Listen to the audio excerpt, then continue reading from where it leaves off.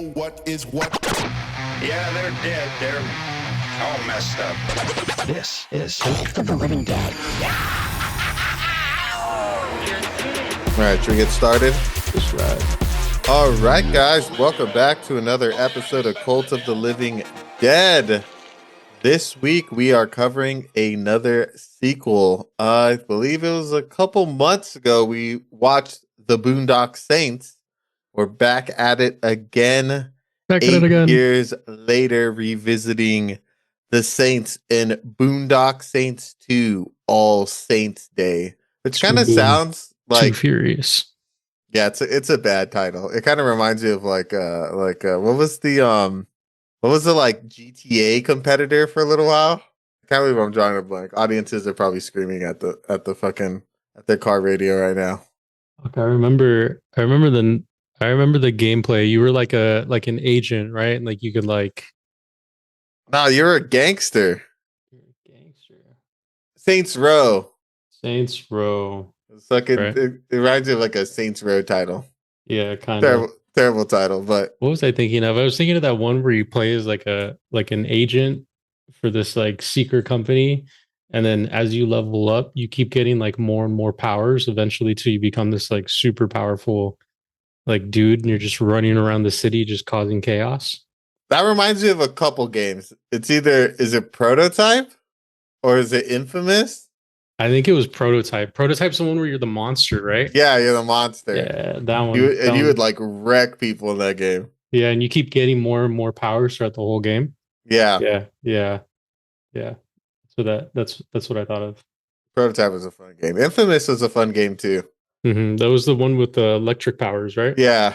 Yeah, Like that one- PlayStation exclusive. That one was dope. That one had a cool story.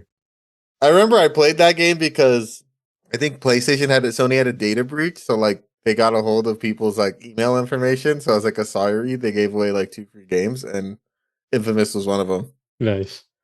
Back on the PS3 days. Hell yeah. This movie reminds me of a PS3 video game. It reminds me story. of like that 2009's like action shooter, Yeah. especially with the dialogue. Yeah, like a Max Payne 3 like type. Well, Max Payne 3 was a good story, but like Max Payne style. Like a game. rip-off Max Payne. Yeah, exactly.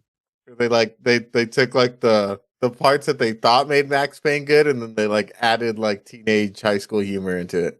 Yeah, pretty much. There's like so many gay jokes in this movie. So many Gay jokes. So many. It just kept rolling. They kept it on those scenes for like, I feel like they kept them way too long. It was we'll get into it. Yeah. But we Boondock Saints 2, so it's directed by Mr. Troy Duffy, who his only other movie that wasn't the Boondock Saints series is Guest House. He wrote it in tandem with Taylor Duffy, and they only worked on this. And I think we pointed this out the last time we watched this movie, but Jeff David did the music, and he's done a bunch of shit. He did Onward, Resident Evil Apocalypse. He did a lot of like famous animated movies music, which is so hilarious because time and time again we cover these movies where like they have like a composer on them who's worked on some pretty like kind of critically acclaimed stuff, or at least like pretty good movies, and then they're like on a couple stinkers. And I feel like Jeff Dand is like one of those dudes. I wonder if in order to get your music producing stripes, you have to like there's a specific amount of movies that you have to hit in order to, get there. Because you're right. Like this guy has so much experience, but it's kind of all over the place with the movies that he's done. I wonder if as like being a composer is a little different than other aspects of filmmaking, where like you kind of just get the work that you can get when you're not like a top tier guy. Yeah. And occasionally you make something so good that it could catapult you into being like a top tier guy, or you're just like a mid level guy. Because he did a lot of cool stuff, but like he's not like everyone's first choice, I'm guessing. Yeah. I mean, he's done like such a wide variety of movies. Yeah. And then our actors, our cast and crew. So stars most of the same people from the first one. So Sean Patrick Flannery comes back as Mr. Connor McManus. MacManus. It was in Powder, Nefarious, Saw 3D. We have Norman Reedus as Murphy McManus. I hate to just do this because actors hate it, but it's fucking Daryl Dixon from The Walking Dead. Yeah. Although he does less Daryl-isms in this movie than I was expecting. Yeah, it's not as much Daryl. And this was Well, I think this is right was before 2009. So yeah, because like Walking Dead came out in 2010. yeah, so it was right before. I feel like I saw a little bit of Daryl in the first one though. I feel like this one he's like an older, a little more serious. Like I don't know, it was different. It was a different vibe. You know what? I do feel like he had more of a Daryl vibe in the first movie than he does in this one. Yeah, in the first one he's kind of more like Yeah, like real he's like jumpy. like a fucking possum catcher or something like that. Exactly. And then in this one, he is one, more reserved. he's way more like John Wick style, like just kind of coming in, saying some funny shit, and then killing everybody. Yeah, that is true. I feel like Connor was pretty funny in the first movie too. But yeah, he is way more reserved in this one than he was in the first one. Yeah. Because in my head, I'm like, oh, I think he just acts like Daryl Dixon in this movie, but he doesn't. Mm. And I guess he didn't really get the Daryl mannerisms until like season 3 of The Walking Dead. Yeah, once he was like a fully established character. Yeah, and he's like every scene he has his hands up like he's like trying to box. Every fucking scene. Yeah. I love Daryl though. He's the best character in that show. Yeah. He also did Ride with Norman Reedus, and most recently he was in Ballerina, the John Wick extended universe film. Can't forget about Death Stranding, brother. Oh yeah, The that's walking right. simulator. And then we have Billy Connolly as Da, which is interesting because wasn't his name like what was his name in the first movie? Let me go look. It was like he had like a cool nickname. El Dulce. El Dulce, that's right. El Dulce. Funny little tidbit. They never call him El Dulce not once this entire movie. Once. They refer to some dude as like Noah, and I'm like, who the fuck is this? Like who are you talking about, dude? And it's not until later on that you realize like who it is. But I was like, where's El Dulce? Like, why aren't you naming him the way he should be named? I do find it hilarious that they have him listed as Da in the IMDb, but he's referenced as Noah way more than he is as like dad. Yeah, I'm guessing Da is like Irish for dad. probably. And then we have Clifton Collins Jr. as Romeo.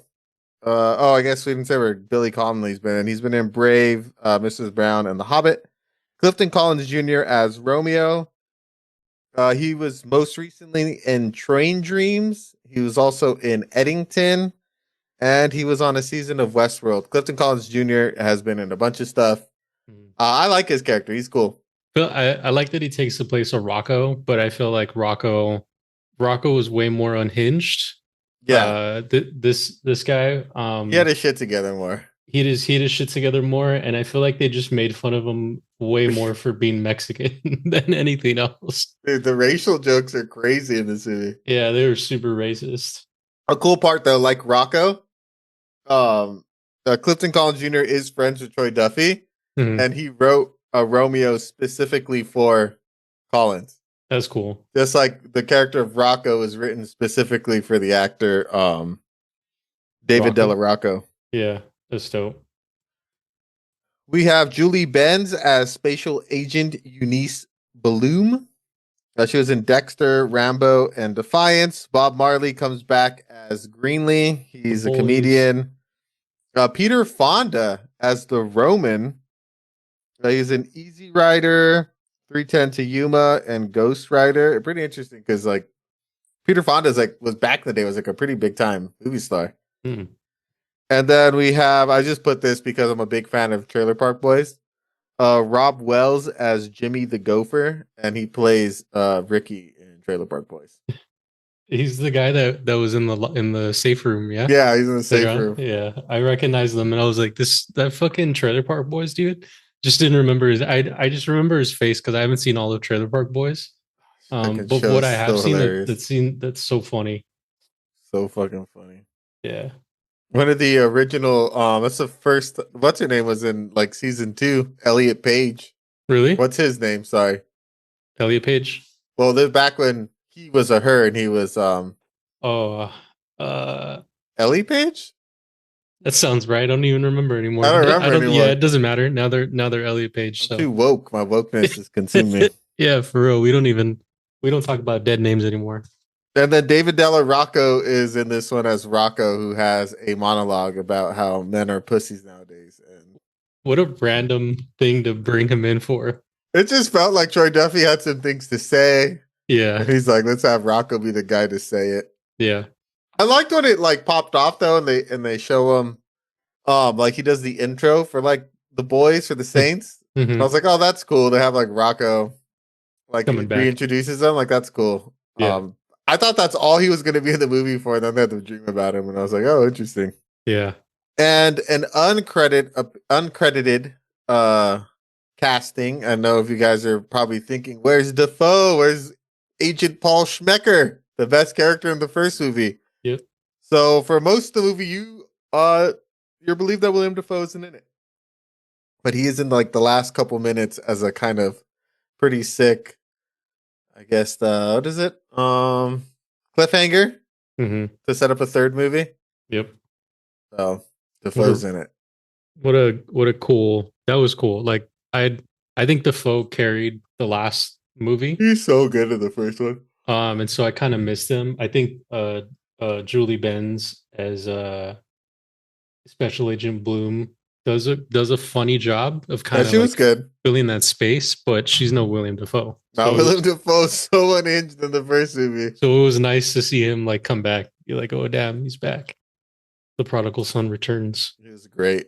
Yeah. Also like all the what are they called? The boys, the fucking Detective Greenlee, Detective Dolly, and Detective Duffy. Those Oh those yeah, three guys. the three cops. Yeah, the three cops from the first movie. They were all still funny.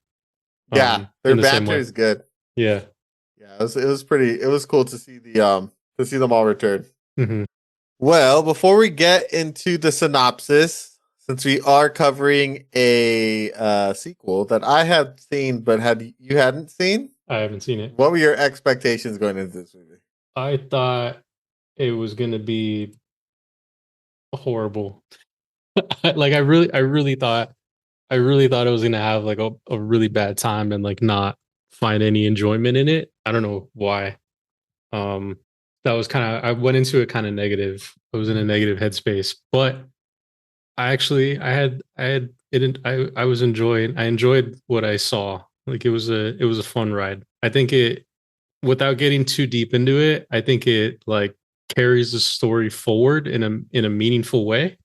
And in like a fun way because I think the characters that they bring in still do what they need to do in terms of like the comedy, like the three detectives and Special Agent Bloom. That those four people together were so funny. Like by the end of it, I was like cheering for them because they were just hilarious together. Yeah, I agree. I had seen this movie once before when it came out, but I don't remember too much of it. And I remember thinking that this movie was like pretty bad. Mhm.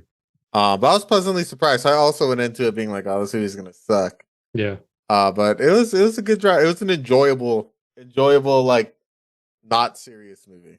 Yeah, it was a good switch, especially from the last movies that we've seen that have been so like I feel like the last movies that we've gone were really good and they were a little bit more like heady. Like I was like thinking about them a little bit more. This one was way more like brain off. Like let's just watch and have fun. I It, agree. it was fun. It was a fun watch. It's a fun watch for sure. It's like a dumb fun action movie that they don't really make anymore. All right, let's synopsisize and we'll get into the movie. Synopsisize me, daddy. The Boondock Saints II All Saints Day picks up 8 years after Connor and Murphy MacManus fled to Ireland with their father, Noah. When a Boston priest is murdered in the Saint's signature execution style, the brothers realize they're being framed and return to Boston to uncover who is responsible. Joined by a new ally, Romeo, they launch a bloody vigilante crusade through the city's criminal underworld, targeting the Yakavetta family and the forces manipulating events from the shadows. Meanwhile, Special Agent Eunice Bloom takes on the mantle left behind by Agent Smecker as she retraces the ritualistic crime scenes left by the Saints. As the conspiracy deepens, the brothers uncover a personal betrayal tied directly to their father's past, leading to a violent final reckoning that culminates in Noah's death, the Saints' imprisonment, and Agent Bloom on the run due to her involvement in helping the Saints. She is surprised that Paul Specker is still alive and already planning their escape. Hell yeah. I mean, it sets it up for, the next movie. It's like they're building a franchise. Building a franchise. I see it's coming out 2027. Yeah, that's what they're saying. That Yeah. they're gonna start filming as soon as Norman Reedus wraps up the last season of Walking Of The Dead. Walking Dead. Daryl Dixon season Damn. 4. Once Yeah. that's done wrapping, then they're gonna start on this movie. Oh damn. That's cool. I'm interested to see where it all goes. I think it would be funny to have Special Agent Bloom and um Okay, Smecker together in a movie. I think that would just be fucking wild. that'd be sick. I liked Bloom. Bloom was Yeah. also as unhinged as Smecker, but in a different way. Yeah, I liked her first interaction with the cops. When when they're looking at the priest crime scene. Yeah, and she pulls up and they're trying to stonewall her and she just kind of wrecks all of them. But then my favorite cop, I think the one who died, it's Greenlee? Officer Greenlee. Yeah, he was my favorite one, who was really trying to be like like he was learning from Special Agent Bloom. Like he was the funniest because in one scene, I think it's like the next time they're all investigating a crime scene, he has headphones on and he's like singing along and he's like looking at everything.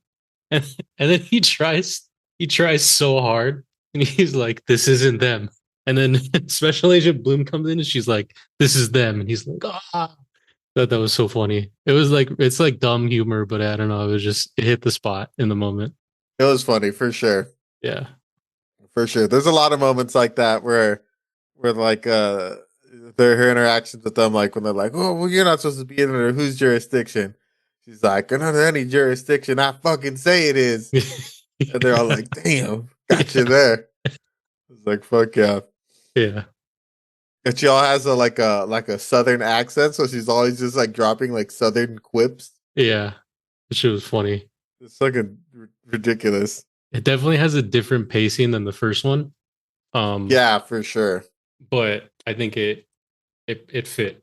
And I like the way they did it too, because what was so cool about the first movie was the way that you never really actually saw how the Saints did everything. It was always like William Dafoe like analyzing the crime scene, and then that's how we would see like how it went down. Yeah.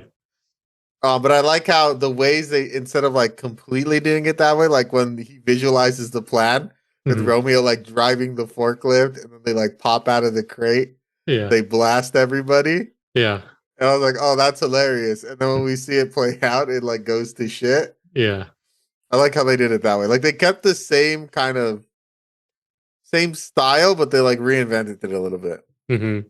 Which I feel like worked, because if they would have redone the same movie over, I don't think it would have been like as entertaining, especially after we had just seen it like what, a couple months back already. Yeah. So it was cool that it felt like an upgraded version of the first. Yeah, I like how it didn't feel stale. Yeah. And I feel like we were saying earlier, they definitely doubled down on the comedy for this one. Mm-hmm. So I much. felt the first movie felt like a more serious, like dealing with the crime problem in Boston. Yeah.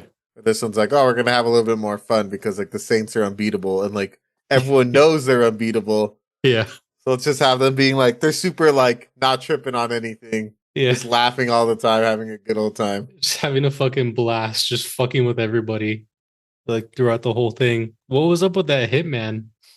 Dude, that was a good running gag. He's like super short, so every time he like comes in contact with anybody, he's just like hella short. I like when he takes a Doc, the bartender, and he's sitting in the booth, and his like His feet are all legs, the way up. his legs are around him. Like he's just too short to sit on that. He's like So a funny. child. Yeah. Or he lays next to the dead priest, like he's like is below his shoulder. He's like measuring himself. Yeah. Oh, that was so hilarious. There's another scene where he's hiding behind a fire hydrant. Like actually just like it shows a fire hydrant and then he peeks out from behind it, like he's just hiding perfectly behind it. Funny. There was a lot of I don't feel like this we grew up in the era where like that was the humor. Mm-hmm. Like making fun of short people and like dropping mad gay jokes all the time. Mm-hmm. I don't know how that hits today in 2026 with I feel people are not as desensitized to that type of humor as we are, but Yeah. man, it was good to just have just like a running gag character who was like genuinely like a problem. Like he was a good assassin, but they just doubled down the whole movie on how short he On was. how short he was. Yeah. Yeah. It was I think if I would have seen it with other people, I don't think it would have hit. I think because I watched it on my own, I think it was funnier, but I know what you're saying. Like it was pretty racist at many parts of the movie. Super racist. Super homophobic, and like there was a lot. Romeo being Mexican was his character arc. Yeah, literally his whole thing. I like when he goes to the gun store guy and he pulls out the two pistols and they have like the Mexican flag and they just make fun of him the whole time. It's great. And like, aren't they in Boston? They are, yeah. What's the Mexican population of Boston? 6%. As of the population is growing, but Mexicans Specifically are 6%. yeah, but there's 131,000 Latinos. Oh yeah. Salvadorians are 11. Let's go. Puerto Ricans 23%, Dominicans 24%. So there, of course, according to Gemini, no free ads. There's 8,200 Mexicans in Boston, and Romeo just happens to be one. Yeah, it's one, and that's And his he whole has that personality. fucking tattoo that says La Raza on it at the bottom. Mm-hmm. On his back, I mean. Yeah. Oh my god, so dumb with the fucking Mexican flag plated. And what does he say? They're like, those guns are gay, and he's like, you don't know me. Does these guns look gay? And he's like, you look like you've seen one up close. Then it cuts. Yeah. Whole fucking movie. Whole movie, just a bunch of gay jokes. Like he cries because he gets his Theo's approval. Mm-hmm. And they just make fun of him. They're like, Romeo's crying. Yeah. Oh my god. Yeah, this is a super misogynistic, homophobic, racist ass fucking movie. 100% different vibe than all the other movies we've seen. But that's why I had to turn my brain off in order to just like sit and enjoy, you know. It calls back to an older time, a time. Yeah, it feels time like before time. It feels like old Family Guy, American Dad episodes. Humor. Yeah, yeah. Because I mean, it came out in that era where they were like super huge. 2009, we had just graduated. Yeah, back then, like anything that you didn't like was called gay. Yeah. Oh man, but they generally had some moments where, admittedly, I was laughing. I was surprised at the story. The story was cool. I thought the story was actually done really well because I feel like oftentimes when they do sequels, it feels like it's more of like a money grab. Like, you know, it's just they just come up with some random shit and they just pull things together. This one was so woven together that like by the end you find out that it wasn't really a plot to get the Saints back. It was a plot to get Dad back. El Dulce, and you find out that like El Dulce was used to basically set up the whole like mafia. I thought that was really cool. Like there's a really dope story in all of this stuff that we're talking about. Like it makes sense. It doesn't feel like cheap. Yeah, because it feels like for the first like hour ish. It's like, oh, it's kind of a repeat of the first movie story where the same family is coming back for revenge. Hmm. But the boys, so like the Saints so thoroughly just like wreck all of them. Hmm. And then yeah, then you get that big reveal. It's like, nah, it's something bigger.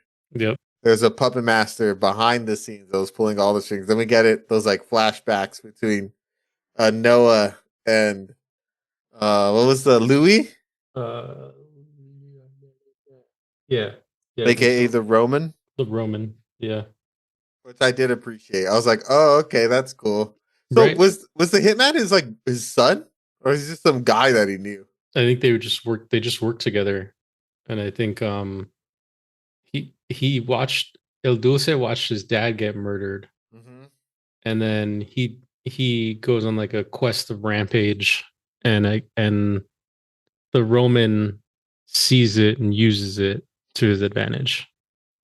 I like how they took what we thought from the first movie and were like, yo, El Duce's like pistol vest is sick as fuck. They're like, oh yeah, let's give you the origin story of the pistol vest. Yeah.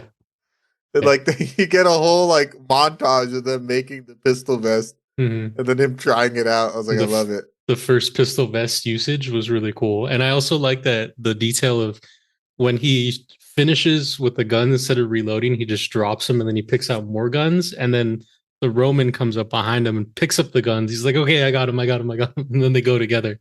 You know, thought that was kind of funny. That was sick. I did like that twist though. It did kind of break my heart that the Roman was like, "Oh, Dick, we were never friends. I was using you. I was working with the mob. You're Yeah, killing all the competition." yeah, that was pretty fucked up.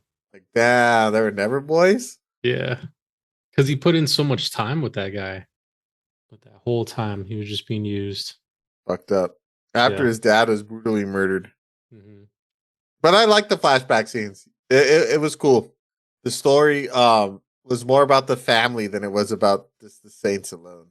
Yeah, more about like legacy in a way, I guess, like the legacy of everyone Yeah, that's what they were true. doing, because in the beginning you're made to think that it's about the legacy of the original family from the first movie, but The it's Yacavetas. the Yacovettas, but it's way more than that. Oh, it's pretty funny. The actor who plays like the grown up son Hmm. is actually 2 years older than than his like quote unquote dad. Really? Yeah, That's funny. and I do like how seamlessly it picks up too. Yeah. I love how like now that they're like retired farmers, they like have to have long hair and like a massive beard. Yeah. Yeah. It's I like didn't I didn't recognize Norman Reedus at first, because it, I mean, I knew it was them, I just didn't fully recognize them because both of them had the same long hair, long beard. they're the exact same hair. Yeah, they had the exact same long hair. Like they just put wigs and fake beards on them. But it was funny. They also, I like that they mention it later. They're like, why did we cut our hair and why did we shave? And Yeah, they were like, I don't know, it seemed good in the moment. It's just, a lot of callbacks like that. yeah, small callbacks to like humorous things was just, it's great. The humor was good. It felt like the characters had a lot of like camaraderie between them. Yeah. Yeah, they did. All three of them, like both the Manus brothers and And Romeo. Romeo, yeah, Yeah. I thought yeah, Romeo was going to be way more unhinged, like Rocco. like Rocco, but he's not. I also think it's funny then when Rocco's like, "Yeah, aren't I mean, Romeo's like, "Yeah, I'm a good Rocco, right?" And then like, "Don't ever disrespect the name of Rocco again." But you're getting there. That's right. Yeah. They shit on him so hard with that. I love when they gave him that little like baby gun, Yeah. and then like he beats the guy. Like they like doing the plan, and the plan was he had like a 357 and like knocks out the forklift driver. And Yeah. when they show when it actually happens, he's like, "Why the fuck did you do that?" He's like, "You have a gun?" Or I just yell like, "Scram, get out of here!" You didn't have to fucking him. He's all like bleeding from the head. Yeah. Oh man, that shit was funny. That was probably my favorite scene. That first warehouse shootout was he drops them from so high up in the air. I know this show was hilarious. Oh my And god. I didn't real and I'm just realizing now, and I think you had mentioned it before, but Judd Nelson is uh Lil Yaka. Um Oh, I didn't say who is Little Yaka. oh Judd Nelson, where's he from? um he started in the Breakfast Club. Remember him? Who is he in the? Oh, he's He's the bully guy, isn't he? the bully, yeah. The Oh bully with shit! the bully with the long hair. I didn't It's I didn't really crazy. even recognize him. Yeah. The one who hooks up with Molly Ringwald. It's crazy. I couldn't see it in the moment. I think his haircut. It was The like his goatee. the goatee, the hair, it was the whole thing. I couldn't recognize him, but now that I'm looking at him, now I see it. Crazy. hmm That's cool. Yeah. Had him and fucking Peter Fonda in this movie. hmm I do this movie though, like I love how like the racism. I don't even know if this is racist. Isn't like just towards like the Mexicans, even hmm though it is hmm a lot of it. But like when all the Italian guys are around, they're always like "Abgula" and just like speaking in like broken, like the Italian version of Spanglish. Yeah. Like I had to turn on, like I didn't have the subtitles on, and I was like, I'm pretty sure I'm supposed to be knowing what these guys are saying. So like I turned it on because I'll just casually like mid sentence say something in Italian, Yeah. and I was like, oh, that's hilarious. Especially the Roman, like at the end, like half the conversation was Italian, half the conversation was in English. Yeah. Yeah, I thought that was kind of funny too. It is kind of all over the place. I'm like, what's with these stereotypes? Feel like I don't think they were trying to be immersive. I think they were just trying to be like so satirical, like over the top satirical, you it know? felt that way. Yeah, just like the most like stereotypical like Italian mobsters ever. And Roman, come on, dude. You have all this money and you couldn't get like a better leg brace? You had the same leg brace in like the 1930s? For real. Looking like Oliver Twist up there. I know. It was crazy when they showed it. Like, oh, it's the same leg brace. Like, why? Technology has evolved so much since then. He didn't want to. He likes the classics. It's made out of like leather and like fucking aluminum. Aluminum. Get one that's like carbon fiber or something. Yeah. It's just pretty funny. Also, his plan was terrible. His plan was the same plan as everyone else's. Just get a bunch of goons and like try and kill the Saints. hmm Well, I guess he did successfully kill Noah. Yeah. I mean yeah. His plan was pretty bad. I think he probably could have done it a little bit better, but it was still a cool plan to kind of bring it all together. Like once you find out the full real plan, Yeah. that was kind of cool. Because his like ultimate goal was you guys took out the Yakovetas and the Chinese. hmm Now I'm gonna come out of the shadows and I'm gonna because I know I have ties to every bigwig and I'm gonna fucking be the new boss. Yeah. Yeah, he wanted to take over. You want a little piece of the pie. He did. I think he said that too. He was like, I don't want it all. I just want a little bit because I'm not Yeah. greedy. I liked his final line to the Roman. He's like, I'll see you in a minute. Because he Mhm. knew he was dying and he shot him. Yeah. That was sick. Yeah. That was gangster. I didn't expect Pa to die. Neither did I. I thought they were all gonna make it out, but alas. Oh, they all got all of them got fucked up shit. Fucking Romeo was on like Even- life support. Yeah, even Romeo got fucked up too. Because he's the one who like raises his hand at the end, right? Yeah. Yeah. From the bed. Right? Is that what you're talking about? In the No, end, like when you or after the shootout. shootout? Yeah. Yeah, he raises his hand. Just like he's alive, but Yeah. he's dying. Because he gets blasted. Mhm. Boys get Everyone getting blasted. shot. Yeah. What about the fucking other FBI agent Cutler? Mm. When he's trying to figure out like what the fuck is going on in the when is it the in the hotel? Just his name alone. Yeah, Another satirical moment. I know. I do find it interesting how this movie does change the tone though, because I remember wasn't it the first one ends with the recording of like the citizenry of Boston being like, what do you think of the Saints? Like their vigilante justice. Yeah. I feel like this one it had a little bit of that in the beginning when they came back, hmm but it felt way more of like trying to establish a franchise type ending than the first one. I think there's only one scene that happens in this one, and it's like when the Saints come back after the Priest dies, right? after the priest dies. Yeah, they start interviewing people on the streets, talking about like the Saints coming back. And then we never get that again. It's just that it's like one and done. Yeah, I would have been cool to have. Well, I guess we see a little bit of it, like when they're in jail. There's a bunch of people protesting to like let them Mm, out. But it would have been cool to have some interviews. Like, what do you think? Should the Saints face justice or should they be released? yeah. And then have people be like, nah, they fucking took down organized crime. They should be let out. They should be given a badge. It's The other, actually. Oh, keep going. the other people being the opposite, be like, no, they should do their time. They kill people. That's actually an interesting. I feel like a cool segue to go towards for whatever the third movie is going to be, because we're as a society so heavily involved in like social media perception Mm-hmm. that I feel like they would probably bring that back in on the third one to, you know, like on the street in conversations with people trying to figure out like if you like the Saints or not. I'm curious how they're going to do that because the movie ends, it feels like, with the idea that the third movie was going to come a lot sooner. Mm, Because it ends with Paul Smecker being like, they're like, no, it is. They're like, oh, they're in the Hogue. And they're like, it's not just any prison. He's like, that's exactly what it is. He's like, a prison's run by men and men can be corrupted or whatever.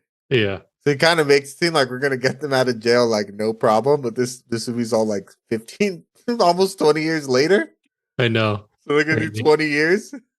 Well, how much time passed between the first one and this one? Do you remember when the first one came out? It's 10 years since the first one, but in the movie it's 8 years. Oh, okay. But it was 10 years from the release of the first one. Interesting. I wonder if the next one's going to be like immediate after their They jailbreak just out. look significantly older. Yeah. It's like the final season of Stranger Things with all the kids just Yeah, being like adults, they're all but they're adults playing now. kids. Yeah, It's so crazy. I know. It's so hilarious. They look so old. Yeah. It's so funny. Or I could see, because I feel like they kind of talked about it in this movie. Um, the idea of like legacy, or like what, like kind of the Roman told the dad like, you had no contact with your sons, but they ended up just like you anyway.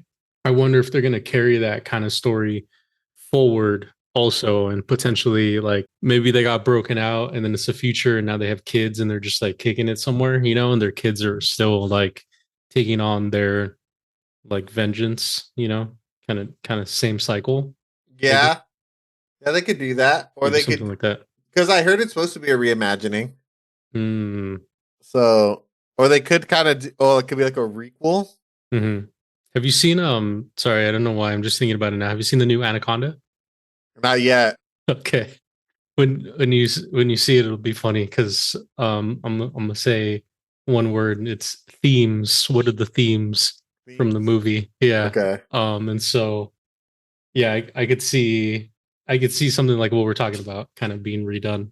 I could see them doing that, or they do like they start the movie like kind of like in the middle, and you Mm, get one of those like montages like, oh, 20 years after their daring escape, hmm. the FBI have found the Saints holed up in somewhere, and it's like an FBI raid and they're trying to escape or some shit. Yeah, yeah, I could see that. Or they're like living in the Vatican. Ooh, Because with the it's not Pope. like, oh yeah, that's the way it ends. It's like, oh, they have the protection of the Catholic Church now. Yeah. They're like Knights Templars. Hmm. They're all bomb. They're like the Pope's bodyguards. Yeah, that'd be sick. Yo, what if we just change it all together and it's the have you seen the movie The Pope's Exorcist with With uh Russell Crowe, with Russell Crowe? he If it's it's rides his Russ Vespa from the Vatican to Spain. it's Russell Crowe and the boys going together to defeat the forces of darkness. And they take on Satan himself. Satan himself. I have not seen the Pope Exorcist, but isn't he supposed to have like superpowers? He's all bomb when he fights against demons, dude. You'll watch it one day. It's an interesting ride. Is it? It doesn't. Is it way less like of a realism movie? Like Yeah. it leans more into like the supernatural aspect. Yeah, it leaned more into the supernatural. I felt like it was more of like a action horror movie with Russell Crowe battling against demons. It's like For not some reason. exactly Constantine, but it's not The Exorcist. Yeah, yeah, yeah. It's Russell Crowe fucking uh gladiatoring his way through demons, Hell but with the yeah! power of Christ on his side. like just like wrapping a rosary like around his knuckles and just like boxing demons. Dipping his fist in the holy water, Holy and just water. punching people. Imagine just dual wielding some squirt guns and just like Yo, blasting fucking demons. hell yeah! Well, that's what he did in John Wick. No, then Shia LaBeouf do that, and Shia LaBeouf had holy water in the hospital John scene. Wick. I mean, Constantine. Sorry, Oh yeah, that's right, dude. I forgot Shia LaBeouf was in that movie. he was the fucking taxi driver. That's right. He's like the sidekick. He's a sidekick. Yeah, So since we talked about a little bit about how both movies are very different in tone, how do you think this movie compares? Is this an example of the sequel being better than the original, or do you think the original is still better? there's different things that I like about both of them. I think I like a little bit more seriousness, actiony pieces from the first one, Mm-hmm. but I like the story of the second one. Like I feel like the story from the first one was a little bit more like loose. Like it felt kind of more like an adventure of, just some dudes who just get wrapped up into this whole thing by accident. Whereas in the sequel, it feels everything is way more intentional, and you learn that it's all part of this larger plot that's been going on behind the shadows. And I enjoy really well written, in-depth, like multi-layered stories, and this one was a multi-layered story. But I like the kind of more seriousness, a little bit more grittiness of the first one, and I liked William Dafoe a little bit better. This one felt like way more, the story was really dope, but because they had a cool story, I feel like they turned up the wackiness to like 11, because they had to like top what they had done previously. Yeah, this feels to me kind of like well, it's not like a perfect example. I was gonna say Crank versus Crank 2, but I don't think that's right. I think it's like Fast and the Furious versus Fast and the Furious 2. Mm-hmm. Like Mm-hmm. Fast and the Furious, like at the end of it was like a heist movie. Mm-hmm. It's about this like group of people who come together and they rob semi trucks to get money Mm-hmm. with street racing intertwined. Mm-hmm. I felt like the first movie was way more grounded. And I really liked William Dafoe's character. I think like he makes that movie. Yeah. Um and I think what they did in the second movie by knowing they don't have Dafoe, and I think was it Julie Benz? Julie Benz. Yeah, Julie Benz was good as Special Agent Bloom, Yeah. but she wasn't as good as Dafoe. Yeah. But I think them upping the comedy and doing like a way less serious tone, because I feel like the first movie was very serious, Mm-hmm. and this one was less serious. I think made it feel fresh in a way, especially since we just saw the first one. I was a little afraid it was going to be stale. Yeah. Same. I think I like the first one a little bit more, but mostly because of Defoe. But I feel like the second one was more entertaining. Yeah. It was definitely, and I think it's because they turned it up to 11. Like it was like everything was to the max amount of like goofy, violent, action packed, dramatic story that I think it could be.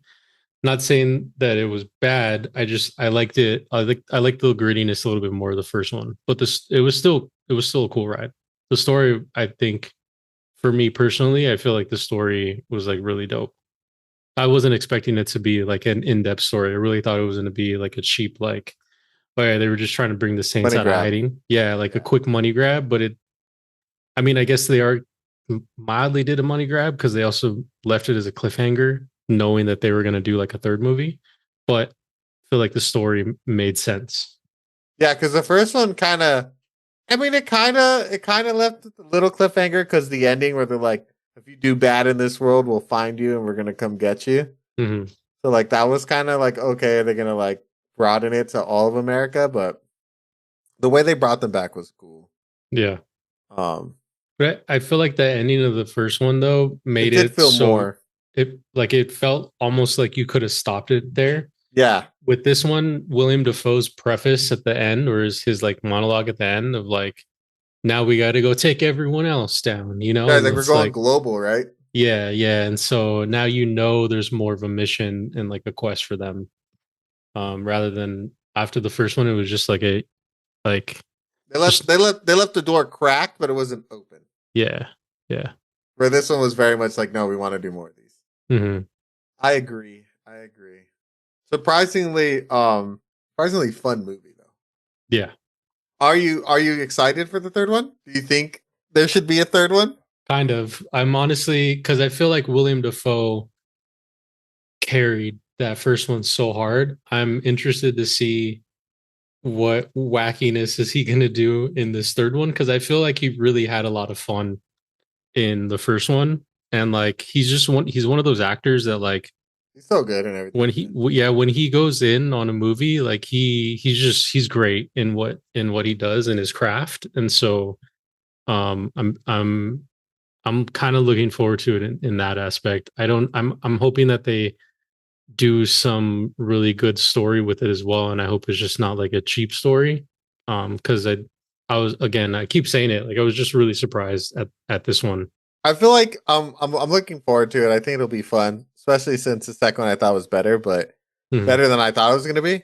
Yeah, But I do feel like they're gonna just crank up the craziness of the second one and put that into the third one. yeah, And now you have even more characters. Like Defoe's character was like also very hilarious, but hmm his character took up a lot of space in the scene. yeah, He still have to fit in the MacManus brothers and Romeo hmm and Agent Bloom. yeah, So like, how do you balance all five of those characters? yeah.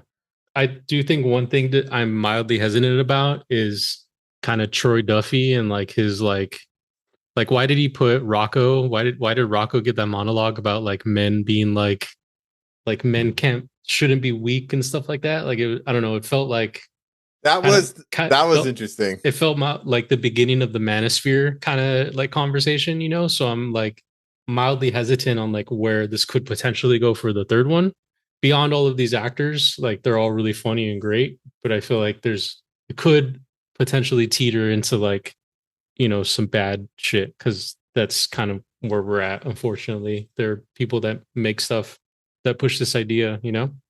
I know Duffy isn't directing the next one. Oh, He's okay. just a producer on it. I don't know if he's gonna write it, but I know he was supposed to direct originally, but then I think Reedus and Flannery like dropped out, and then Hmm. they came back, but they're like they came back, and now Duffy's not gonna be the director. He's an executive producer, Hmm. and it's being made by the same people who did like John Wick and Oh. Thunder Road Films, um, and Dragonfly Films and Dream Entertainment. Hmm. And they did John Wick Chapter 2, Chapter 3, Wind River, John Wick Chapter 4, Ballerina. Yeah, so Monkey Man. So they've done a lot of the more recent like actiony movies. It'd be Yeah. interesting if they try to um like what's it called? Do it like with the John Wick tone? Yeah. I hope they don't.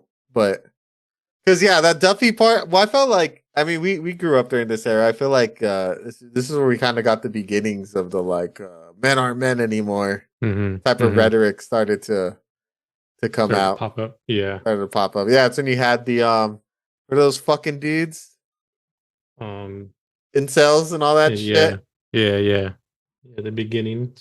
I think it. I don't know if it would be bad though. I feel like just some of the John Wicks do have a little bit of humor, just like a touch. Like there's Yeah, some kind of funny parts in it. I I feel think it like would, as they've evolved for sure. yeah, I feel like it would be kind of cool to see it in that way. It would be a cool idea to like kind of ground this a little bit more, give it a little bit more like sense of realism. And then if not, I feel like all the John Wick movies, Ballerina, Monkey Man, like those were all really dope action, hand-to-hand combat, like hand-to-hand combat gun fu movies. So I think it'd be really cool to get that implemented into this. I agree. It'd be cool to have that level of because like the shootouts in this movie are cool, but they do feel like second tier. Like wacky. Definitely compared to like, so it'd be cool to keep that style, but to polish it up with some of the same like special effects and like experience they have doing other like action movies. Like all the ones that we just named are like, I haven't seen Monkey Man yet, but I heard it's very good. Hmm. It's a solid movie. Solid like action fighter gunfighting movie. Yeah, I like the actor. It's the dude from like The Green Slumdog Knight. Millionaire, right? Oh yeah, and the Green Knight. Yeah. What'd you think of? We haven't talked about it yet. Romeo's. I think probably one of the funniest parts in the movie is when Romeo's thinking of his tagline, and he's like, "Who ordered the kick-ass fajitas?" Yeah. And then Special Agent Bloom is like, "Is that the best you got?" And then he's like, "Okay, I got it." And somehow she's like able to reverse time so he can come up with another one, and it hits way faster. What is it like? Knock knock, No, it's a motherfuckers. ding dong, motherfucker, ding dong. Yeah, yeah. It was funny. That shit is so funny, For as like racist as it is, Romeo's hilarious. dude. Romeo's. I mean, it's mad racist, but Romeo's. I mean, like, I don't mind a little bit of racist humor, Mm, but like, I don't get too offended on that shit. But mm, like, I was like, damn, this movie's mad racist. But yeah, he would say some shit. Like, what did they say? Like, he's like, oh, it's because I'm Mexican. They're like, you being a dirty spick has nothing to do with it. It's like, yeah, damn. yeah. I said damn too. I was like, damn, they're just fucking just going all in on this, huh? I appreciate how they're like, no, that's not why we're bagging you. Like, Yeah, yeah, we're racist, but that's not the reason why we're fucking with you. yeah, I was like, damn. yeah. Oh man. You got anything else in the movie you wanted to touch on? I think Detective Greenlee and Special Agent Bloom's relationship in the beginning was funny up until the point when he dies, when we lose Yeah, him. they had good banter. But they had like great banner because like he was super like hot for her, and like she knew the whole time. I thought that was hilarious. Like when she has him on his on, she was like, Detective Greenlee, on your knees. And Yeah. he gets on his knees and he's like, "Yes, ma'am." He's just like looking straight ahead at like right at her stomach area. Like that was so fucking funny. And he like really he tried his hardest to be like her, which was just hilarious. I like that humor was really funny. That like small like kind of a side story that was going on in it. I thought that was super hilarious. Because what does he say? He's like, I'd beat it up like Mike Tyson. And Mm-hmm. then like a couple scenes later, he's like trying to flirt. He's like, oh, you need a bodyguard? He's Yeah. like, nah, I'm good, Mike Tyson. Yeah. And he's like, all right, I'll see you later. And Yeah. he's like, fuck. Yeah. Yeah, Yeah. like their whole little like chemistry was good. Yeah. I was sad when Greenlee died too. I was too. I wasn't expecting him to die by the small man, but he unfortunately did. The small man, so hilarious. It was a lot. What about that other guy? The pretty boy, Oh, beautiful, Gorgeous George? That dude gorgeous was funny. George. Gorgeous George was the only Italian from New York. He wasn't even from that area, and so Yeah, he he was was like from Boston. he was left out in the streets to fend for themselves. But the Saints didn't end up killing him. They just kind of used them and sent him on his way. I thought that was kind of funny. Well, first they played Russian roulette with them. Oh, they did. Yeah, they did play Russian roulette with them. Damn. Speaking Still of, wild. I like how she smacks his ass. She's like, "You got a nice ass for a fat man." Yeah. And I was Yeah. looking at him like, dude, he's not even that fat. He's not. No. Yeah. People just be fat phobic. Like, I mean, he was a bigger dude, but he wasn't like obese. Well, he Yeah. probably medically he's probably obese, but Yeah. like he would think he's like this huge monster, man. Like some dude from like one of the mob guys from like The Sopranos or something. Hmm. He's He's just not. very out of shape. Yeah. Speaking of Russian roulette, I did like when the dad came and they're trying to get information from the short man, Oh yeah. And he and he played get the, actual Russian roulette. that Yeah. was sick. Yeah. That was crazy. I was That like, was what all a in. fucking maniac. I know. What a wild way to interrogate someone. Crazy. Yeah. It was sick though. It was. It was still cool. El Dulce. Crazy. This movie was like a financial flop. It had a budget of 8 million, Yeah. This movie got so much bad reviews on everything. but it only made 10 million. Yeah. But the crazy thing is, even though it only made 10 million, it made more money in its opening weekend than the first movie made in its entire run. Holy shit. That's crazy. But the first one was way more of like a low budget, kind of like independent film. Yeah, I feel like the first one became a cult classic like Yeah. quickly, and so it had that notoriety. So when the second one came out, everyone was like, "We got to go see this." I wasn't in on that because I didn't see this movie until we saw this movie I like saw it in later. high school, but like I was like 9 when this movie came out. Mhm. And apparently, this movie came out with a 6-issue like companion comic book that kind of expanded on I think the backstory of the dad. Oh, that's cool. Yeah, I was like, oh, that's interesting. That's cool. You don't really see stuff like that anymore. Yeah, for real.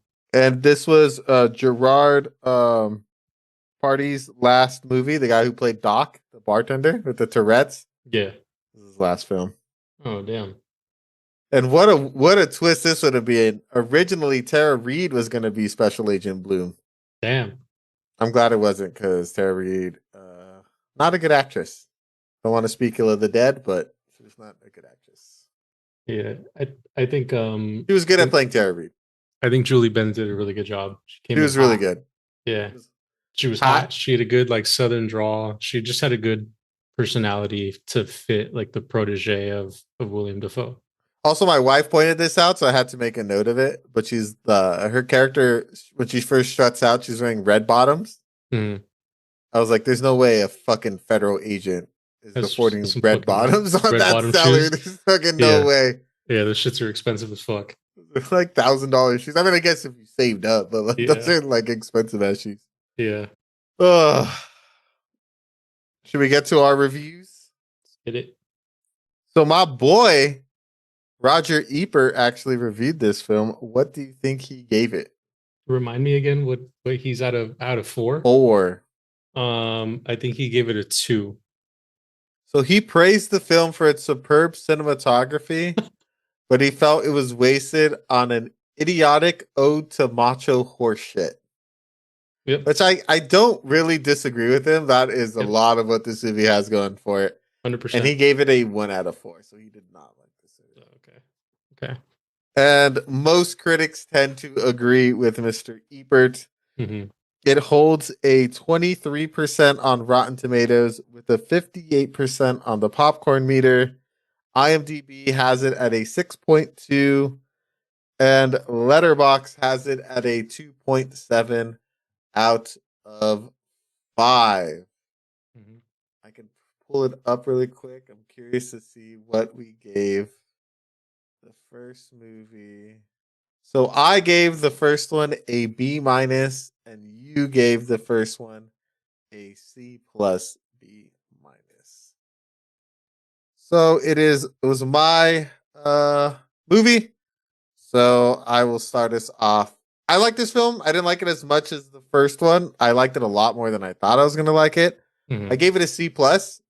I think it is entertaining, especially if you don't mind kind of the misogynistic, homophobic, and straight up racist humor that the movie holds. It is very 2009. And even for 2009, I felt like the humor was a little bit more childish. It's stuff you'd see in like cartoons, like Family Guy and American Dad. But I enjoyed the movie a lot more. I like the way that it managed to keep the story fresh, and it wasn't just a retread of the old story. The story was actually kind of interesting. The idea of this puppet master from the dad's past, and the movie overall being about like the dad's demons coming back to get the saints, not really what the saints did coming back to get them, I thought was pretty cool. I liked Agent Bloom. She was great as a fill-in for William Dafoe. I'm looking forward to seeing the next one. I think the film had some pretty cool gun scenes, and it being taken up by the studio that did the John Wick series, I can only imagine it's going to get better. I'm curious to see how the humor is going to age, because I will admittedly say it did not age well. If you're not used to this style of movie coming into it, I could see you hating this film. But I enjoyed it. It is a fun shoot 'em up kind of dumb action movie. I give it a C plus. I'd recommend it. If you enjoyed the first movie, I think you should watch the second one. It is a little different in tone, but I think it is a solid sequel that is worth checking out. So C plus for the Boondock Saints 2 All Saints Day. What about you, Mr. Seiya? I give this movie a C. I like you also enjoyed this movie. I think the first one did it a little bit better, but the story from this one actually really surprised me in that it was kind of a little bit more in depth, way more in depth than I was actually expecting it to be. If you can get beyond all the racism, the homophobia, and all that nice stuff, I think it is like one of those like turn your brain off, kind of just watch and enjoy movies. If not, then don't check it out. This is definitely not a movie for everybody. I mean, you can just tell by the scores that are online. But I mean, I had a good time once I understood the kind of movie that it was going to be and where we were going to go with everything. I think that there's some like enjoyable pieces in it. It's sorry, I'm pulling up her name. Julie Benz as Special Agent Eunice Bloom does a really great job of, like you said, filling in for William Dafoe. Norman Reedus and Sean Patrick Flannery, reprising their roles in like a little bit more of like a serious tone, but still kind of funny, was still like cool to watch. Like they're still the Saints at the end of the day. I'm interested to see where it goes from here and like how they kind of shift it from here. Just a thought. What if they bring in the Saints into like the world of John Wick? Like they make them like another like couple of hitmen in the world. I think that'd be kind of funny to do. But yeah, I mean it's a C for me. I think it's one of those movies where if everyone's like cool with just some wild dumb action, then it's something that you can definitely watch. C for me. I agree. I agree. I think we're both pretty similar on our takes on this movie. Fun ride, a little bit dated, a lot of bit dated. A lot of it dated. Um, but entertaining nonetheless. Yeah. All right, guys. Well, it got a C plus from myself and a C from Cea with a recommend if you like the first one and you don't mind dated, misogynistic, homophobic, and racist humor. You just got to get past all those things, Yeah. Once I you mean, can it's do that, not outwardly like it is. it is, yeah. Yeah, at different points in time, it's not like it's not a consistent though. That's not like the main point of the movie. The homophobic this feels mean. Yeah, The racist humor doesn't feel as mean. yeah. The racist humor feels more funny, but the homophobic, like they're doing it to be like Homophobic. actually homophobic. Yeah. For sure. Yeah. Because the misogyny is very misogynistic. Yeah. But it is nicely balanced with the fact that Agent Bloom just kind of dog walks every male person she comes in contact with. Yeah, she dominates everybody. So it's nice that there's a powerful woman in it. It's just the whole world around her is just not built for that. Exactly. Yeah. All right. Well, I added 2 films to the wheel. They're 2 animated films, Son of the White Mare and Heroic Times. I've never heard of them, but they have very interesting animation.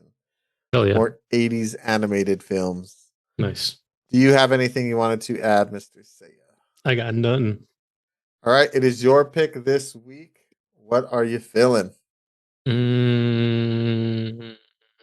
think I think I want Lynch. Ooh, still going with Lynch? Yeah, I think I'm feeling the Lynchiverse, the Lynchian. You want Lynch or you want something weird? Weird. Weird. Yeah. Yeah. Something weird sounds. We've had some pretty interesting movies as of late. Mhm. I kind of want an animated film. I added 2 to the list, so I think I'm filling animation. Can be American or Japanese, but I want something. Give me something animated. Yeah. Something that I haven't seen before would be nice. Hell yeah. Let's see what the will bequeaths us. Bequeath. Spin it. Book with me. Lynch would be sick. The ones that we have left are movies that I want to see. Yeah, those are like supposed to be both of the better Lynch movies, right? Well, we have Blue Velvet, but I think Lost Highway is considered one of his worst movies. But Blue Velvet's supposed to be his best. A Clockwork Orange? Are we gonna get Lady Snowblood? Psycho Gorman. Psycho Gorman. I have no idea what this movie's about. Let's ride. Psycho Gorman. Is this a foreign film? This feels like a foreign film. This feels like a fucking Japanese like monster movie. It's a 2020 movie, comedy horror. Okay. A 2020 comedy horror? Alright, I could go for a comedy horror. Do I feel like go? Twan. This is for sure a Twan edition. This is a Twan movie. He gifted us. He gifted us a gift. This is absolutely a Twan movie. All right, guys. Well, the will has spoken. We are watching 2020's Psycho Gorman, a COVID movie. So it should be interesting. It is a horror comedy. This is a Twan edition. So he is with us in spirit right now with this pick. Thank you, Twan. Neither Cea nor I have heard of this movie, so it should be interesting. But I want to thank you guys for joining us this week as we covered the Boondock Saints II All Saints Day. It received a C+ for Cea and a C from myself. With the recommend if you like the first movie and you don't mind dated comedy. If you guys haven't done so already, give us a follow on our social medias. We're on Instagram, TikTok, YouTube, X/Twitter, Facebook, and Threads. As always, I have been your host, The Dale, followed by my co-host, Mr. Cea. Adios. See you guys next week. Bye. Bye.